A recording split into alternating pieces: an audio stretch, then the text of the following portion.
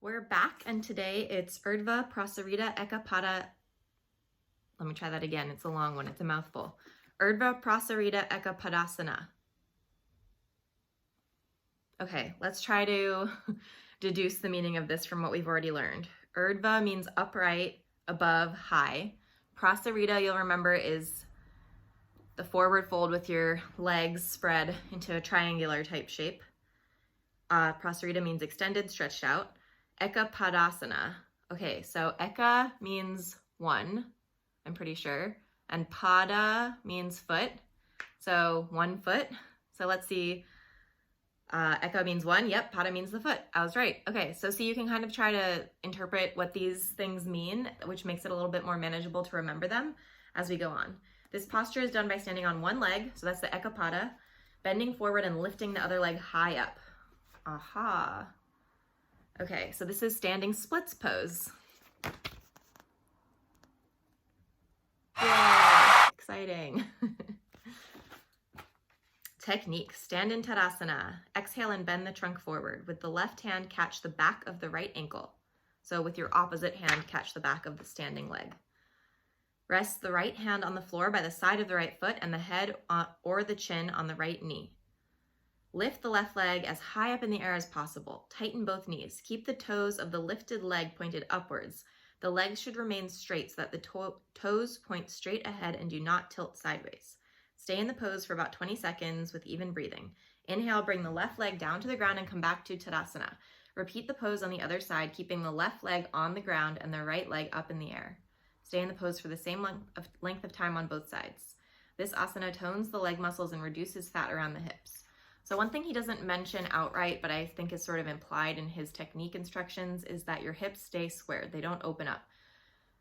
But his hips look a little bit open here, right? By which I mean his hips aren't both totally facing the front with the leg lifting up. They're a little tiny bit open, but they're not completely open, or here we would end up in half moon pose, not standing split. So one of the key things about standing split is you do want to keep your hips squared. So it's like you're just basically standing forward and then you just fold over one leg and one leg comes up. So you don't want to open your hip too much, this hip, the raised hip. This is one that you're going to need to warm up before doing. So I'm going to take a little pause and do that, and then we'll come back and try that.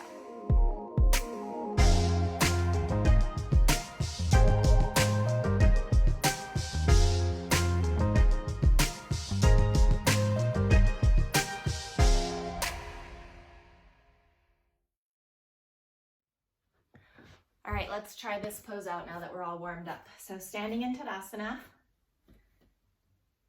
and all we're gonna do is fold forward. I'm gonna grab my right leg, my right ankle with my left hand. I'm just gonna place my right hand on the ground for balance. You can also use a block, as always. Just put one here.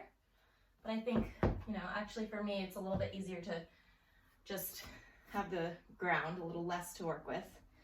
So keeping everything facing forward, I like to think of it as just sort of hinging on the hips and the left leg just kind of, as if your torso and your left leg are attached. You're just gonna hinge, that left leg lifts, grab the back of the ankle with the left hand, right hand on the ground. And then if you have more room, you can bring your forehead or nose to your knee. And he said to point your toes and keep lifting those toes up. So I think pretty similar to the picture here, I can see my hip is opening a little, but not very much. If you open your hip, you can probably lift your leg a lot higher, so that's the temptation. But see if you can just keep your hip turned towards the ground. And then you do the other side, so you just come back up. Switch sides, so now my right hand's gonna grab my left ankle, left hand on the ground.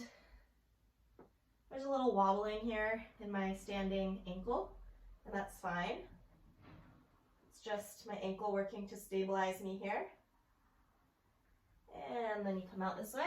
And that's standing splits. Something else fun to consider here is that standing splits is a good transition pose into handstand practice, because you're sort of catching yourself in a moment of going from standing upright to standing upside down on your hands.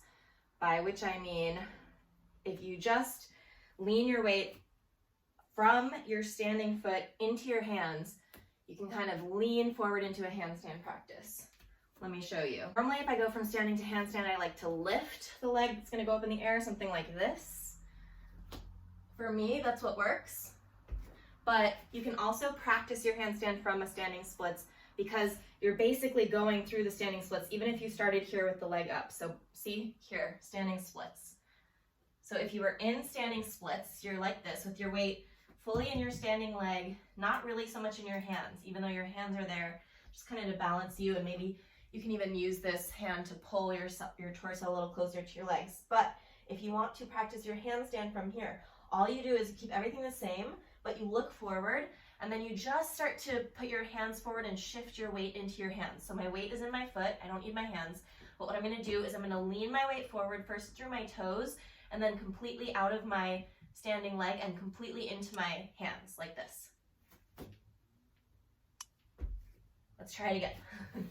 From standing splits, all the weight is back. I'm gonna bring my hands forward, look forward, or really I'm just looking in between my hands. But I'm gonna shift my weight from the back, where it is back here, forward. That's all.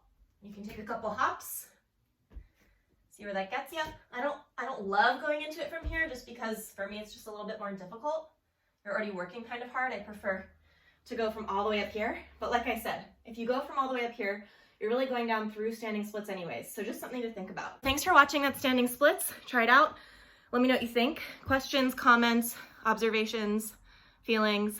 Like the video, give it a thumbs up, subscribe, please, if you haven't yet, and we'll talk again soon.